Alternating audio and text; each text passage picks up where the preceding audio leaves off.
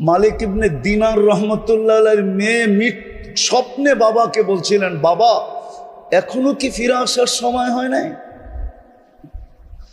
কোরআনের এক আয়াত শোনায়া দিয়েছেন যার অর্থ এখনো কি মুমিনের ফিরে আসার সময় হয় নাই।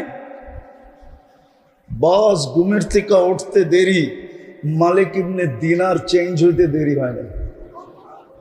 যার নামই ছিল মালিক ইবনে দিনার। আরেকটা কাহিনী মনে উঠলো, এই জন্য শোনাইতেছে। ওনার জামানায় এক বাদশাহ ছিলেন ইয়াজিদ বিন মুহাল্লাব, বড় প্রতাপশালী,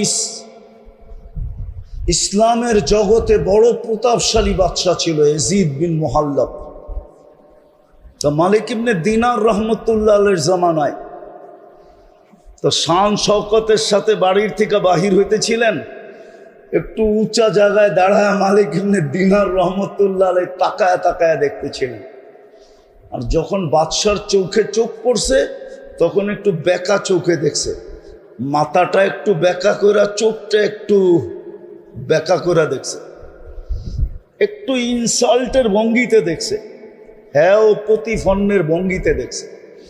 মালিক ইবনে দিনা ইয়াজিদ বিন মুহাল্লাব ডাকছে, এদিকে তুই কি আমাকে চিনিস না? সে তো বলতেছে, তোমার চেয়ে আমি তোমাকে ভালো চিনি, তোমার চেয়ে আমি তোমাকে, আচ্ছা আমার চেয়ে কেউ অন্য কেউ আমাকে ভালো চিনতে পারে?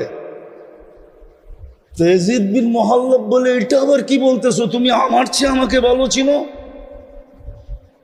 সেটা আবার কি করা?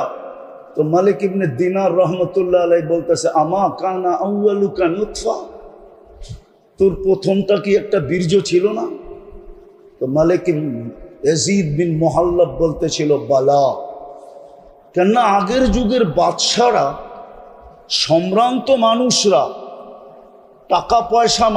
টাকা পয়সাওয়ালা লোক, বিত্তশালীরা বেয়াদব ছিল না, সম্ভ্রান্ত ছিল, কিন্তু কি কি বেয়াদব ছিল না। আরেকটা শব্দ বলতে পারি, মানুষ বেয়াদব কখন হয় জানেন? যখন তার ভিতরে অহংকার ঢোকে। অহংকার ঢুকলেই কি হয়?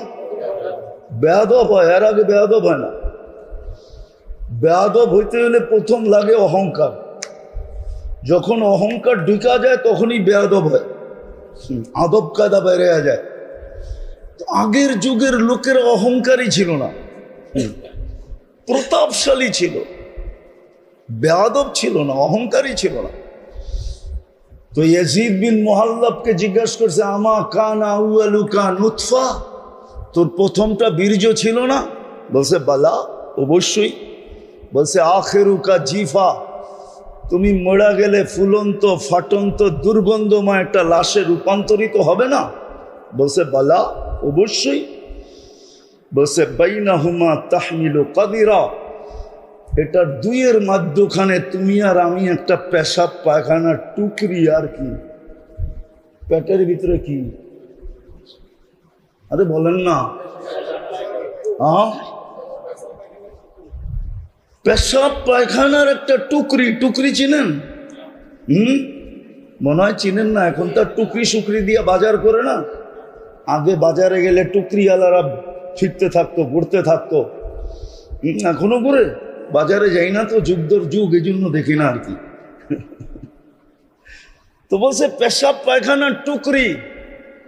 তারপরে ইয়াজিদ বিন মুহাল্লাব বলতেছে, আল্লাহি ইয়া শাইখ আরাফতানি হাক্কা, আপনি আমাকে চিনছেন, এই চামচগুলা একটাও আমারে চিনে না, আমার চতুর্দিকে যে চামচগুলা আছে। ইয়াজিদ বিন মুহাল্লাবের জিন্দেগি চেঞ্জ। দিতে দিতে রাত্র পার হয়ে যাবে, হাজারো কাহিনী দেওয়া যায়, ছোট কথায় জীবন চেঞ্জ।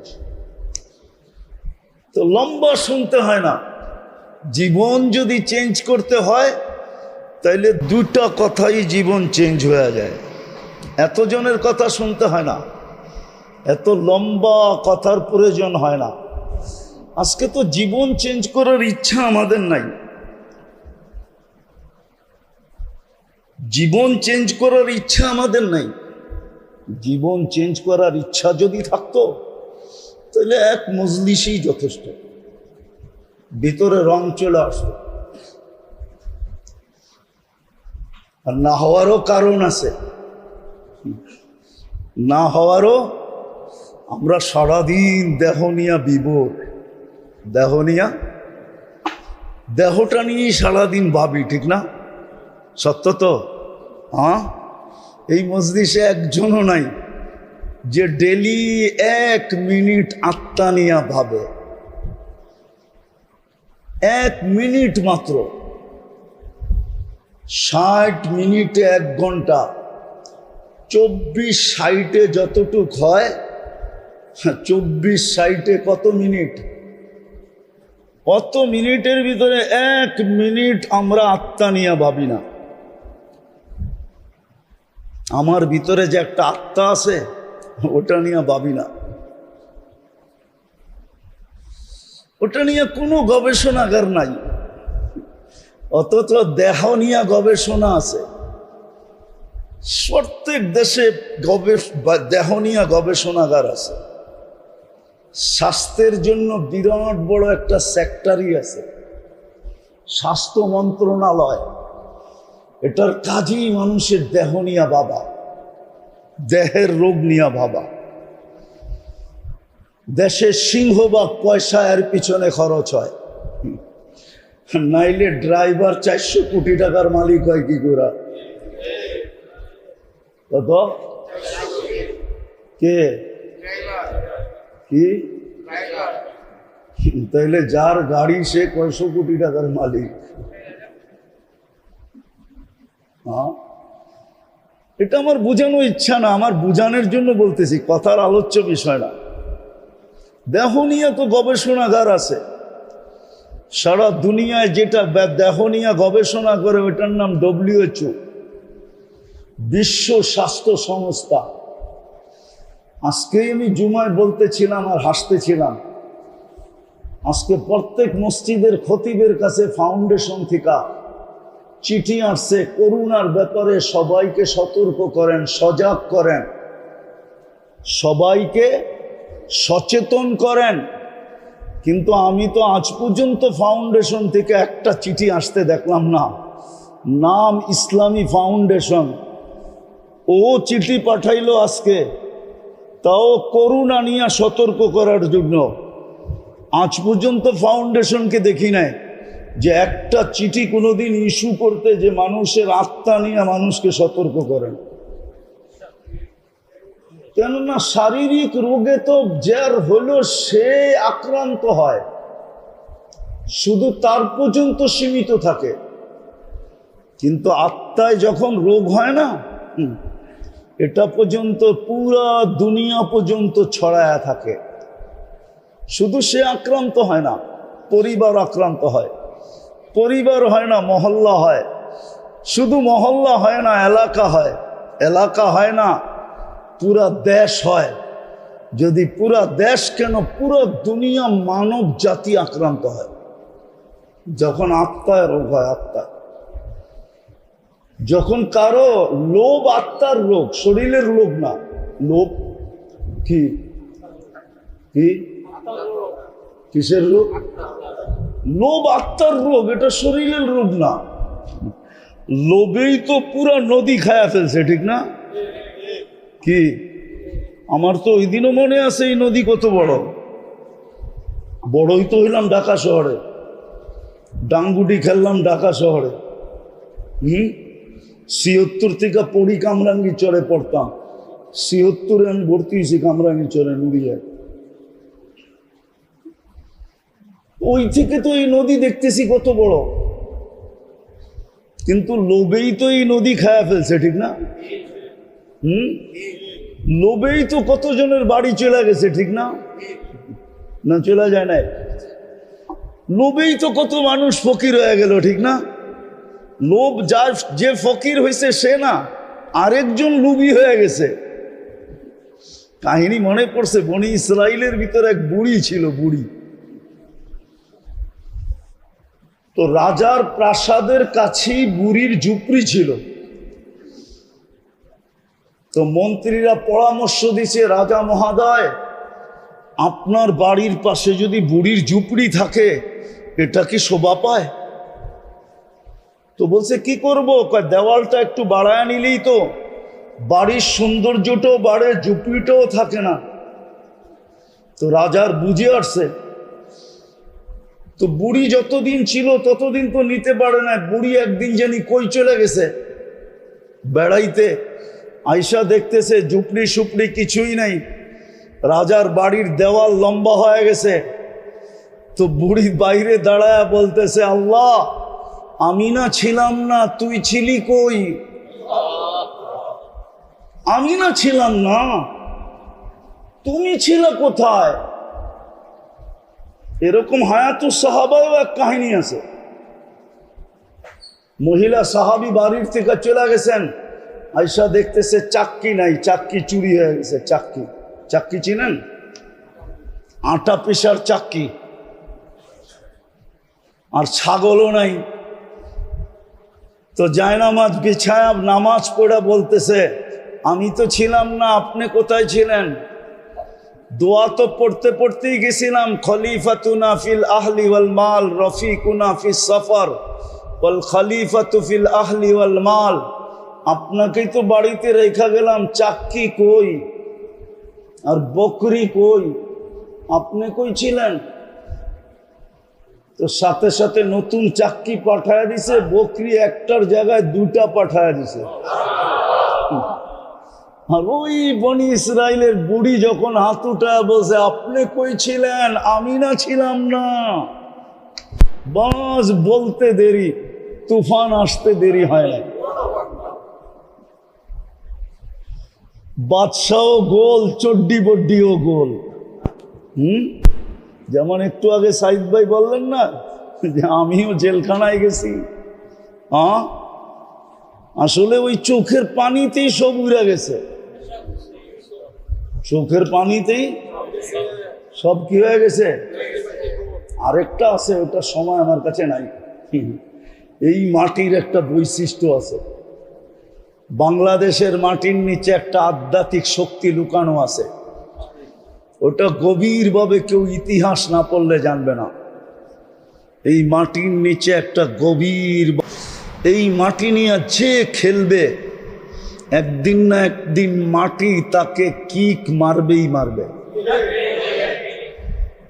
হয়তো কাউকে বোল্ড আউট করবে, নাইলে কাউকে রান আউট করবে, আর না হইলে কাউকে ছক্কা মাইরা একবারে বাউন্ডারির বাইরে করবে।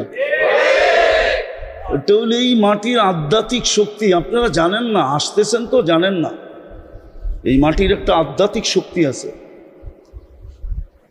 আমরা ইতিহাসে কাঁচা তো এই জন্য জানি না, এই মাটির একটা আধ্যাত্মিক শক্তি আছে।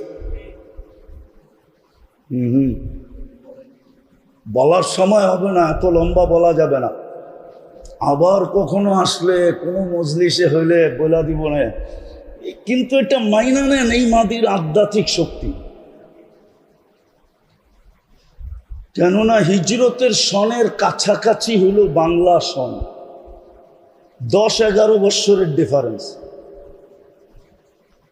এই 1400 বৎসরের বাংলা ইতিহাস যে পড়বে সে জানবে যে এই মাটির নিচে একটা আধ্যাত্মিক শক্তি আছে। এই জন্য মির্জাফরও মির্জাফরি করে বেশি দিন থাকতে পারে না। মির্জাফরও মির্জাফরি করে বেশি দিন পারছে নাকি? এটা হলো এই মাটির ভিতরের আধ্যাত্মিক শক্তি। শুধু এতটুকু আপনাদেরকে বলি, আমি ইসলামের প্রথম যে কোরবানি, ইসলামের প্রথম কোরবানির একটা বিন্দু এই মাটির নিচে এখনো লুকায়িত আছে। আল্লাহর রসুল হিজরত করেন নাই, 4 সাহাবী বাংলাদেশে চলে আসছিলেন। আবু আক্কাস, ওহাব ইবনে মালিক, কাসেম ইবনে হুযাইফা, উরওয়া ইবনে সাসা, 2 জন এখান থেকে চীনে গেছেন। আবু আক্কাস, ওহাব ইবনে মালিক রাদিয়াল্লাহু তাআলা আনহুমা, 2 জনের কবর চীনে আছে। আর ইতিহাস বলে 2 জনের কবর এই মাটির নিচে আছে।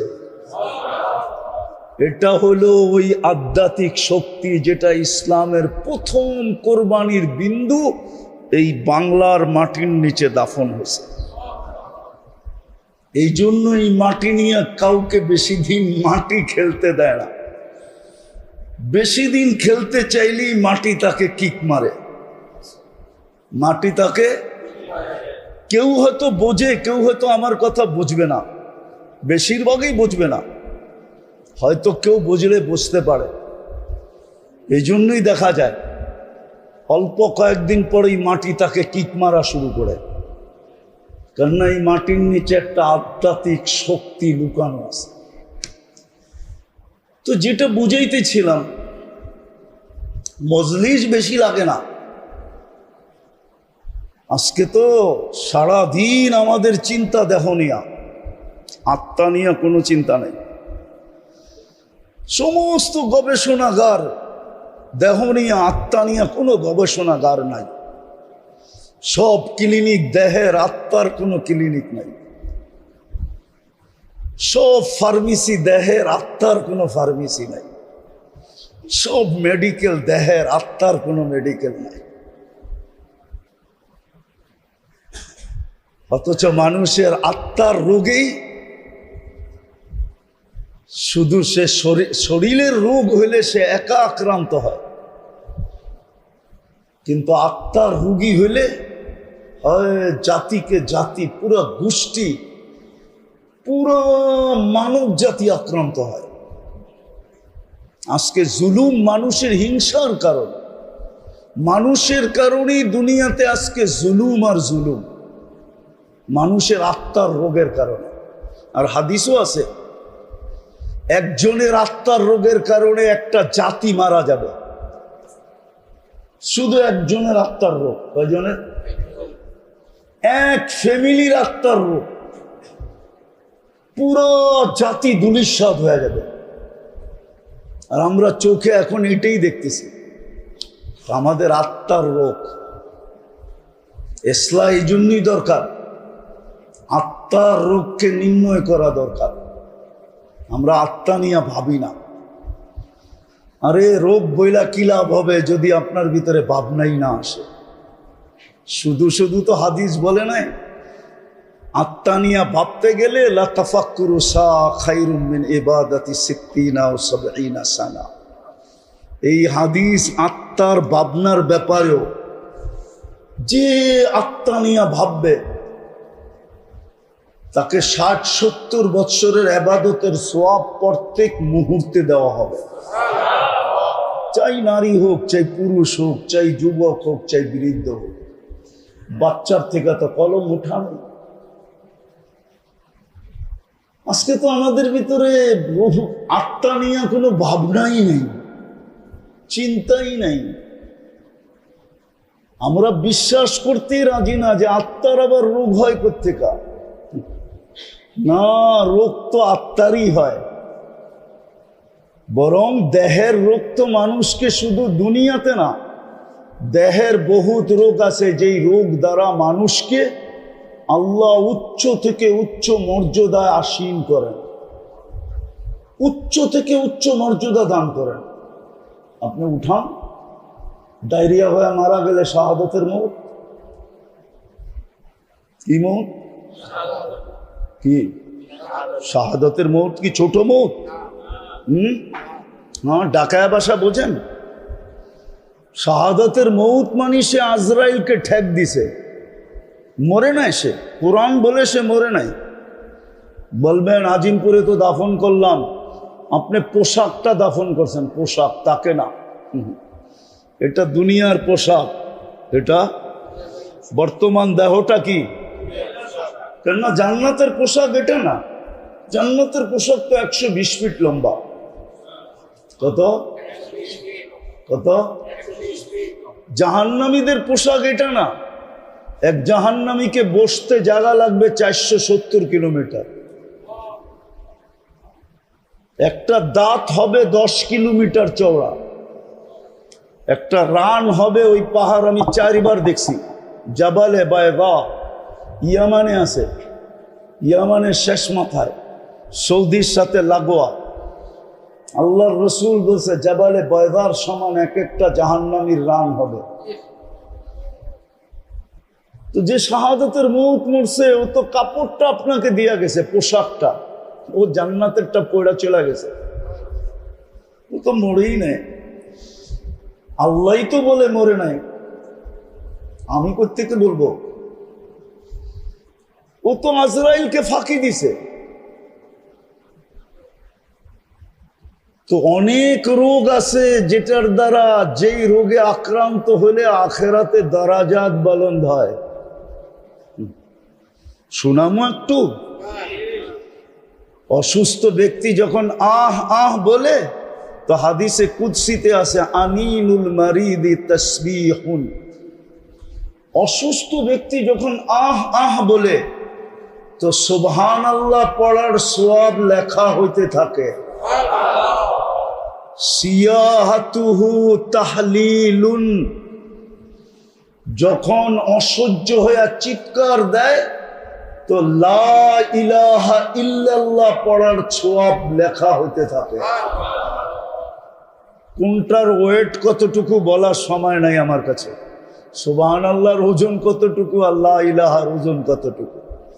তাকাল্লুবুহু আন যামমিন ইলা যামমিন, যখন বিছনায় পড়ে এপাশ ওপাশ করতে থাকে অসুস্থতার কারণে, কাআন্নাহু ইয়াকতুলুল আদু, সেজন্য যুদ্ধের ময়দানে শত্রুর বিরুদ্ধে মোকাবেলা করতেছে, ওই সওয়াব তার আমলনামায় লেখা হয়। সংক্ষেপ করতেছি, কুল্লু আমালিন কানা ইয়ামালু ফিস সিহা ইউক্তাবু কুল্লু আমালিন কানা ইয়াহমালু ফিস সিহা। সুস্থ অবস্থায় যত আমল করত সমস্ত আমল তার আমল নামায় ফেরেশতা লিখতে থাকে। যদি সুস্থ হয়ে যায়, আল্লাহ সুস্থতা দেন, তো কায়াউমিন ওয়ালাদাতহু উম্মু, মা যেরকম জন্ম দিল নিষ্পাপ, এরকম নিষ্পাপ সুস্থ হয়ে দাঁড়ায় যায়। আর যদি দুনিয়ার থেকে চলেই গেল তা আল্লাহ বলে তোকে নিষ্পাপ বানায়া আমি দুনিয়ার থেকে উঠায় নি। শারীরিক রোগ তো মানুষকে এতটুকু উপকার করে, কিন্তু আত্মার রোগ না। আত্মার রোগ মানুষকে ডুবায় দেয়, দুনিয়া তো ডুবায় দেয়, আখেরাত তো ডুবায় দেয়। দুনিয়ায়ও তার দ্বারা হাজারো মানুষ অতিষ্ঠ হয়, লক্ষ কোটি মানুষ অতিষ্ঠ হয়। আমার সমাজে যা কিছু দেখতেছেন, চুরি ডাকাতি, রাহজানি ছিনতাই, মাদক সাধক, দুর্নীতি সুরনীতি, জুলুম জবর, যা কিছু দেখতেছেন আমার সমাজে, সব আত্মার রোগের কারণে, শরীরের রোগের কারণে না, সব আত্মার রোগী। হ্যাঁ, এই জন্যই তো আল্লাহর রাসূল বলছেন একদিন আসবে হাওয়া ফিহি কাইদুল ইলমি, আমার উম্মত বিদ্বান হবে কিন্তু বিদ্যার আলোকে চলবে না, ও বিদ্যাকে স্বার্থ সিদ্ধির জন্য ব্যবহার করবে। তখন কি হবে? আল্লাহর রাসূল বলছে কুবিলাতির রাশা, তখন ঘুষ রীতিতে নীতিতে রূপান্তরিত হবে। যদিও গ্রাজুয়েটে পাশ হবে না, অ্যাসেম্বলিতে পাশ হবে না ঘুষ, কিন্তু পাশ হইলে যতটুকু না হইতো এর চেয়ে বেশি ঘুষের ব্যাপকতা হবে। ঘুষ নাই কোন সেক্টরে, নাই কোথায়? ঘুষ ছাড়া কিছু আছে? হ্যাঁ, আত্মার রোগ। বলছে তারপরে কি হবে? বলছে উমিতাতিস সালাহ, তারপরে তোমরা বেয়াদব হয়ে যাবে। আমি তো বলি বেয়াদব, এই হাদিসের তর্জমা করতেছি আমি বেয়াদব। আল্লাহ ডাকলো তারপরও আসলো না, ওর চেয়ে বড় বেয়াদবকে? মালিক ডাকলো আসলো না, তাইলে কি ও আদবালা নাকি? কি হ্যাঁ, ও তো হলো বিশ্ব বেয়াদব। সৃষ্টির ভিতরে সবচেয়ে বড় বেয়াদব উমিতাতিস সালাহ, যখন নামাজ ছেড়া দেয়। আত্মার রোগেই সবকিছু হয়, শরীরের রোগ মানুষকে বেশি ক্ষতি করে না, এটা বেশি দূর পর্যন্ত গড়ায় না। যদিও বলে করুণা সবার বাতের ভিতরে ছড়ায়া যাবে, হতে পারে, কিন্তু আমি এটা বিশ্বাস করি না। যদি হইতো এরকমই, তাহলে সারা দুনিয়ায় 2020-এ বাংলাদেশে বলছিল সবচেয়ে বেশি বিপর্যয় হবে বাংলাদেশে। কোথায়? ঠিক না? আর সবচেয়ে বেশি কম বিপর্যয় হয়েছে বাংলাদেশে। ঠিক না? ঠিক না? হ্যাঁ, দুনিয়ার সার্ভে যে সবচেয়ে বেশি মাস্ক বিক্রি হয়েছে কম বাংলাদেশে। কেননা একটা দিয়ে তো 3 বছর চালাইছে, যদিও ওয়ান টাইম। একটা দিয়ে কয় বছর? কি কয় বছর? হ্যাঁ, মাঝে মাঝে মাস্কও ওর কাছে পানা ছিল। আর কত, আমি তো ওয়ান টাইমের, তুই তো 3 বছর কাটায় দিলি, এইবার ফালা। ও বলে আবার যদি ঘুরে আসে তাইলে আবার ব্যবহার করবো তোকে। এরকম বাঙালি, ঠিক না? 1 নম্বরে WHO-তে বাংলাদেশের নাম। যান আপনি নেটে যে সার্চ দেন, করোনা প্রতিরোধ করার ভিতরে কোন দেশ 1 নম্বরে, প্রথম নামটা পাবেন বাংলাদেশ। আল্লাহ এই দেশে বিপর্যয় দেয় না, এটারও একটা কারণ আছে। আপনারা মানবেন কি মানবেন না জানি না, আমি দুনিয়া খুঁয়া কারণ বাহির করছি। আল্লাহ আমাকে দুনিয়া অনেক দেখাইছে, এত দুনিয়া দেখাইছে যে আমি আল্লাহ শুকরিয়া আদায় করে শেষ করতে পারবো। আল্লাহ আমাকে এত দুনিয়া দেখাইছে, এত মাকামাত দেখাইছে। কোরআনে যত মাকামাত আছে আল্লাহ আমাকে দেখাইছে। যত নবীদের চিহ্নিত কবর আছে আল্লাহ আমাকে দেখাইছে। 1.25 লক্ষ সাহাবাদের ভিতর থেকে 2-1000 বা 4000 বাদ হইতে পারে, বাকি সব আমাকে দেখাইছে। বড় বড় আল্লাহওয়ালাদের মাকাম দেখছি, আমি জায়গা দেখছি, আল্লাহ আমাকে দেখাইছে। দিদা আমি ঘুরা বলতেছি, বাংলাদেশ বিপর্যয় হয় না, কারণ আছে।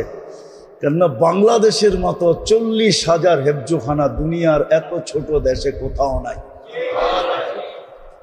আর হেফজোখানার নিয়ম হলো ওরা সকাল সুবে সাদেক হওয়ার 1 ঘন্টা আগে ওঠে, আর ওরা উঠাই সর্বপ্রথম লাশ সবুজের পরিধিটাকে আধ্যাত্মিক চাদর দিয়া ঢাইকা দেয়, আধ্যাত্মিক সুরক্ষার চাদর দিয়া এই লাল সবুজের পরিধিটাকে প্যাক করে দেয়।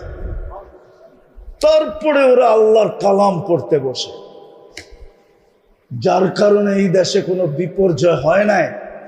আর আমার বিশ্বাস যতদিন পর্যন্ত এই হেফজোখানাগুলা দাঁড়ায় থাকবে, টিকা থাকবে, চলমান থাকবে, এই জমিনে কোনোদিন বিপর্যয় হবে না। এই জমিনের মতো মসজিদ কোনো জমিনে নাই, এত ঘন ঘন, এত কদমে কদমে। এই জমিনের মতো এরকম দাড়ি টুপি দুনিয়ার কোথাও নাই।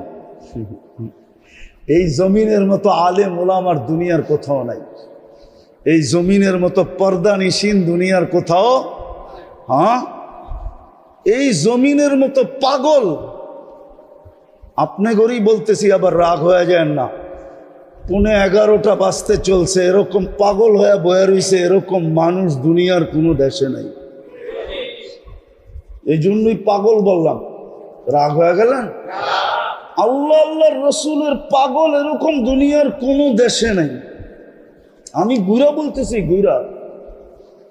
7 মহাদেশ আমার দেখা শেষ, আলহামদুলিল্লাহ। বছরে 2-4 বার আসে, এরকম অহংকার করে বলতেছি না যে আমি 2 বেলার খানা 2 মহাদেশে খাই, আবার কখনো 3 বেলাই 3 মহাদেশে খাই। সকালে নাস্তা 1 মহাদেশে, তো দুপুরে আরেক মহাদেশে, রাত্রে যায় দেখা যায় আরেক মহাদেশে। এই জন্য আমি আমার দেশ নিয়ে খুব গৌরব করি। এই জন্য আমি আমার দেশ খুব বলি, আমার দেশের মতো দেশ নাই দুনিয়াতে। মক্কা মদিনা ভিন্ন জিনিস, ওটা নিয়ে তুলনা চলে না। বাইতুল মুকাদ্দাস নিয়ে তুলনা চলে না, ওটাকে সাবজেক্টের ভিতরেই আনা যায় না। এছাড়া সারা দুনিয়ার চেয়ে আমার দেশের কোনো বিকল্প নেই। এই জন্য এই দেশটা বিপর্যয়ের থেকে বেঁচে আছে। যা কথা গুছায় নিয়ে আসি।